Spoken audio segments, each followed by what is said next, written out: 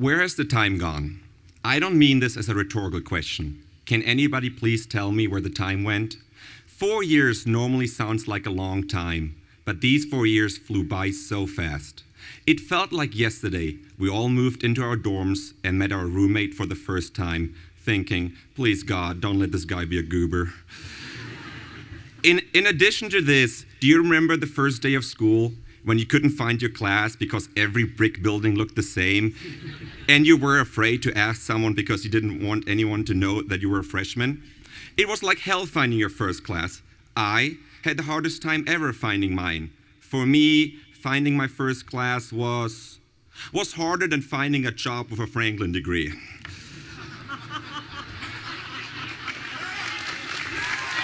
Whoa. Maybe shouldn't have said that, but further, do you recall the strange classes the staff had us sign up for during our freshman year? We mostly studied these topics because the college course catalog required them. So physics majors, philosophy majors, mathematics majors, English majors, and biology majors, you name them, suddenly found themselves enrolled in an art appreciation class discussing the meaning of a Picasso painting. Hence, a variety of different interests, personalities, and ways of thinking ended up in a room discussing something they had never discussed before, which was actually great. Many might see this as a poor allocation of human resources. We always saw as a Hanover advantage over every other college student in the country. By creating this intellectual diversity in the classroom, you learn to tolerate different opinions and respect your peers. Moreover, it was astonishing to see the variety of solutions, ideas, and beliefs developed over this topic. We started to find solutions to problems we wouldn't have come up with if we all had shared the same major or interests. This is what made our liberal arts experience truly unique. This is what we're leaving with today, an unimaginable and certainly special way of thinking and viewing ideas. We are the crazy ones, and I mean this in an all positive way. This is what Hanover College has given us, a way of thinking completely outside the box.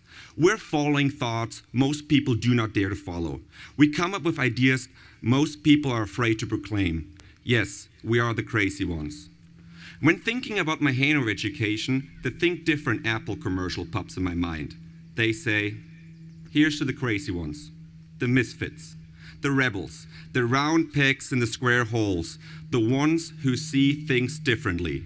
They're not fond of rules and they have no respect for the status quo.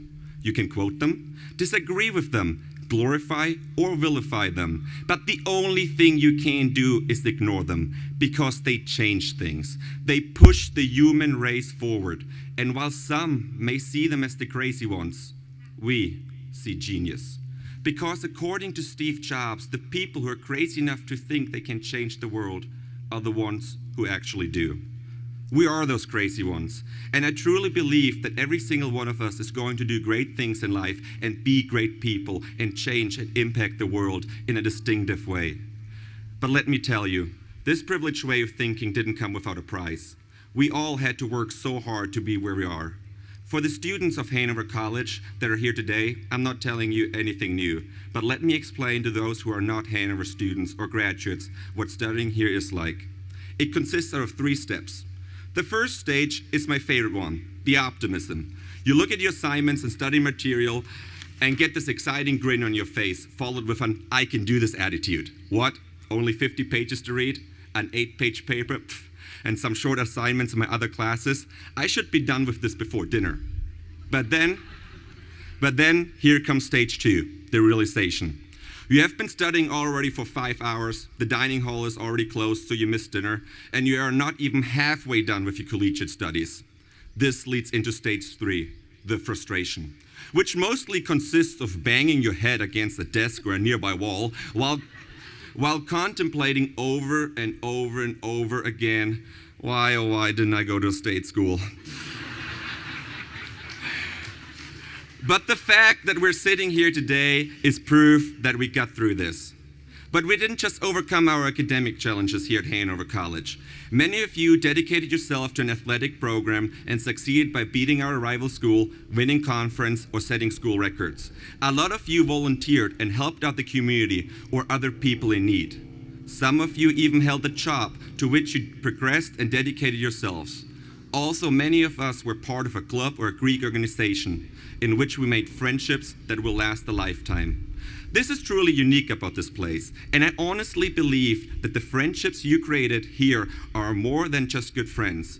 The individuals sitting around you will be the same ones who are going to stand next to you when you get married, are going to be there for you during good and bad times, and are the ones who will carry your coffin when you eventually die. These lifelong friendships, as well as our academic success, are what we're taking with us here today. But what we're leaving behind are the countless good memories. I mean, let us be honest, when will you ever go out on a random Wednesday night again? When will you ever dress up like a pirate and by the end of the night be truly convinced that you actually are a pirate? When will you ever go to an 80s themed party dressed in your parents' old clothes, celebrating a time when none of us were born yet? When will you ever go again to a moonwalk party, bouncing from mattress to mattress and hoping not to hit your head on the ceiling?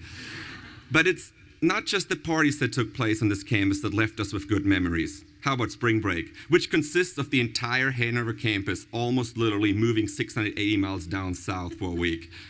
Or think about the wiffle ball tournament. Who would have ever thought that hitting and chasing a plastic ball would become one of the most important events on this campus?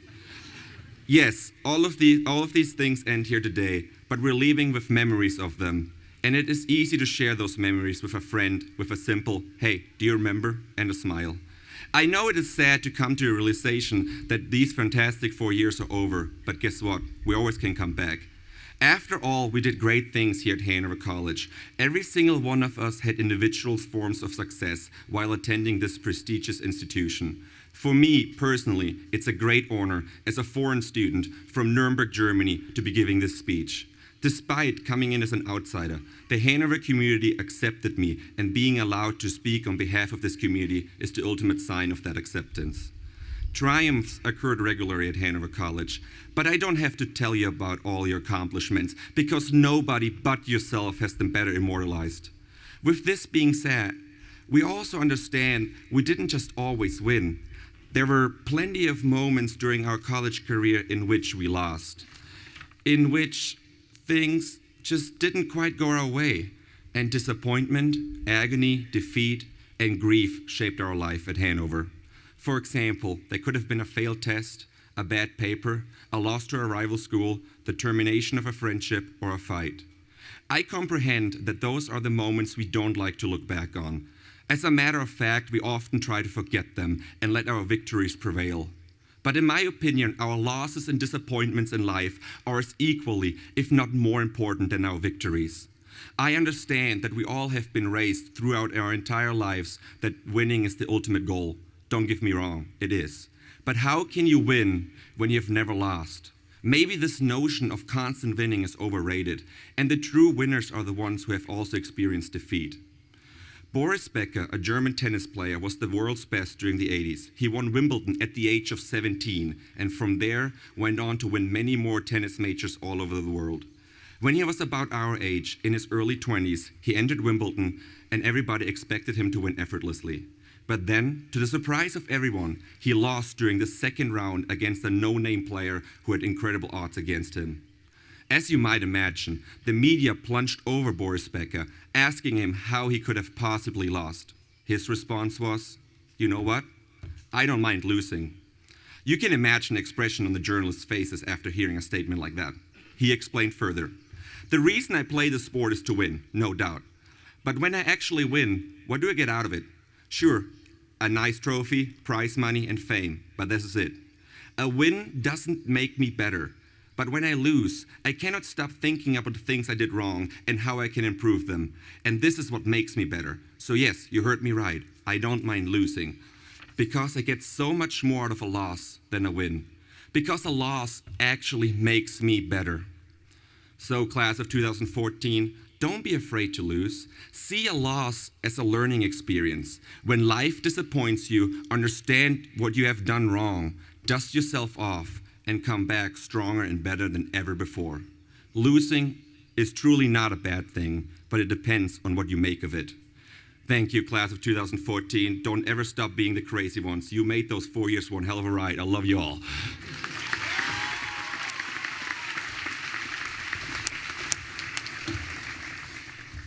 Thank you. I recently read a study that said 10 years after commencement, 94% of college graduates can't remember, they don't have a clue who spoke at their college graduation.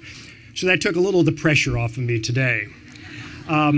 It's always great to come back to Hanover, and, which may be hard for some of you guys to believe because I know you're just itching to get out of here today. And I see a lot of smiles out there, which are probably on the faces of all you parents who realize you've just written your last tuition check.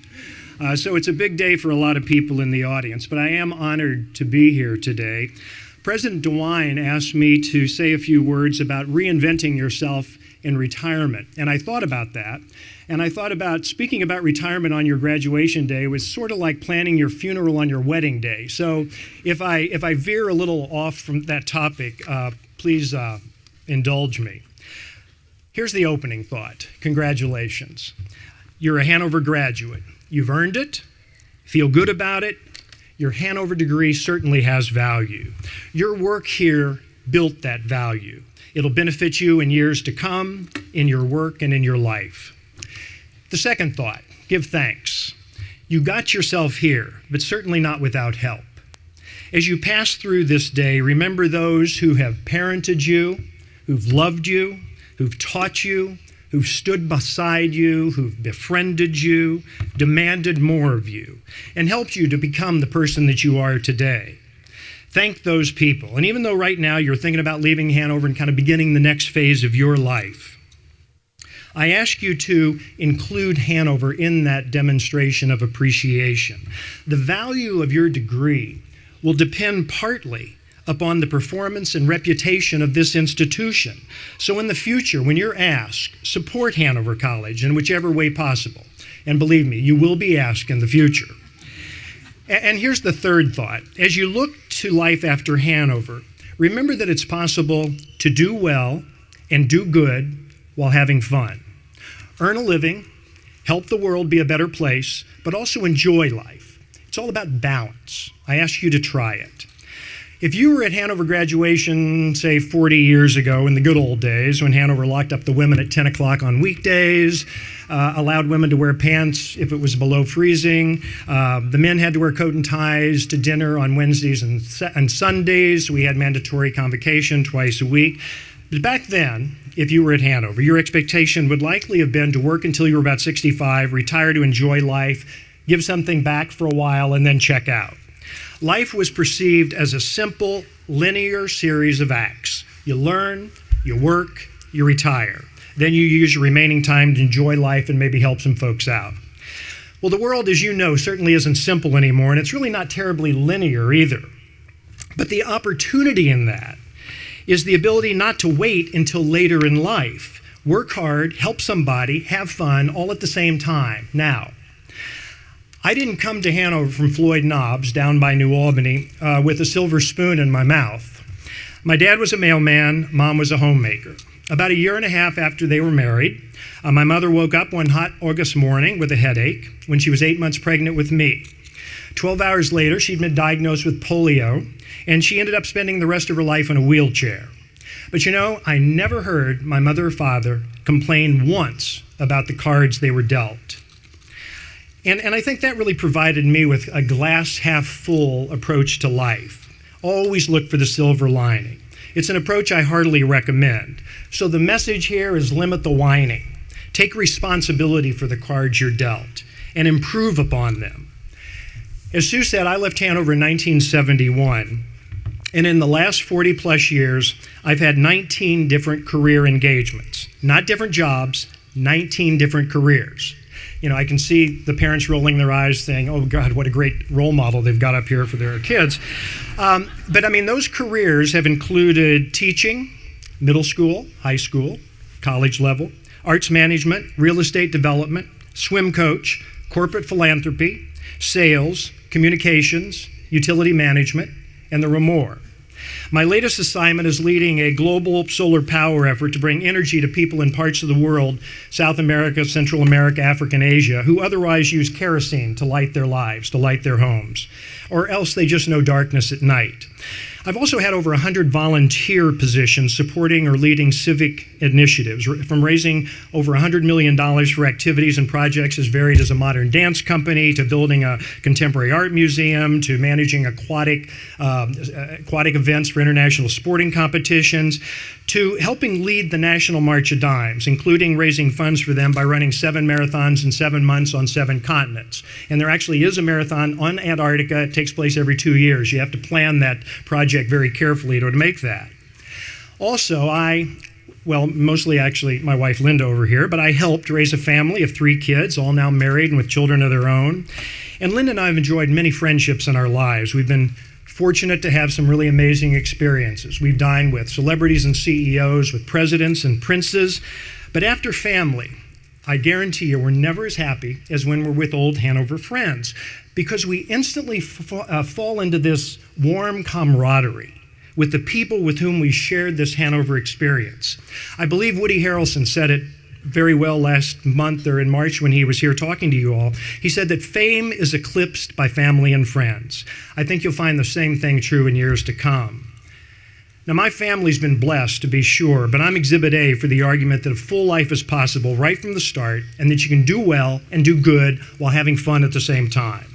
There's actually a solid body of research to the effect that once you get beyond uncontrollable life events and genetics, the main drivers of happiness are family, friends, faith, and work. Now, I'm a doer, I'm not a researcher, so my way of proving that conclusion has been to live it, to do well, to do well for my family, do good for others, and have fun along the way. Balance. Try it. Don't let opportunities pass you by. Seek meaningful work that sustains you both economically and personally. Build a family to love and nurture and enjoy. Find and relish friends, beyond acquaintances. I'm talking about true friends. And please engage in something beyond yourself. Volunteer work or the arts or education or some form of civic activity that adds layers of meaning to your life. If it calls you, let faith be another foundation in your life. Hanover has given you the capacity to enjoy a meaningful life. Please do so aggressively with rigor and relish. Create a better you. I came to Hanover from modest circumstances, and I just retired from my position as a member of the executive team of the country's largest utility. And so now, as Sue mentioned, I've begun the second act, or the next phase of my life. A friend recently remarked that when we have a leadership in a big corporation and we retire, we go from being a VIP to an FIP to a TIP. We go from being a very important person to a formally important person to a totally irrelevant person. And I'm not quite sure where I am on that progression right now, but personally I believe retiring in the traditional sense of the word is a selfish act. We spend decades amassing skills and experience and building relationships, and we need to find a way to use them to create that second act for ourselves, but also to benefit the world.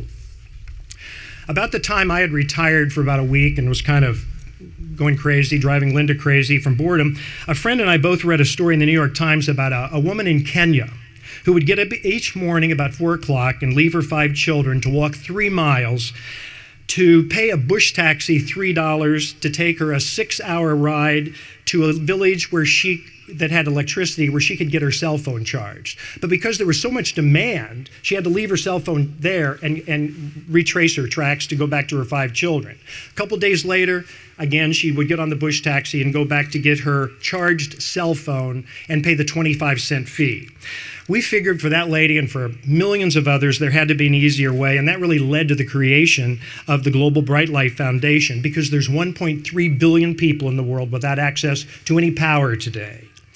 Today, Bright Light is the largest non-governmental organization in the United States devoted to providing simple solar lanterns to families around the world. For $50, a donor can have the satisfaction of knowing their gift has significantly transformed the life of a family currently living off-grid in a remote area of the world.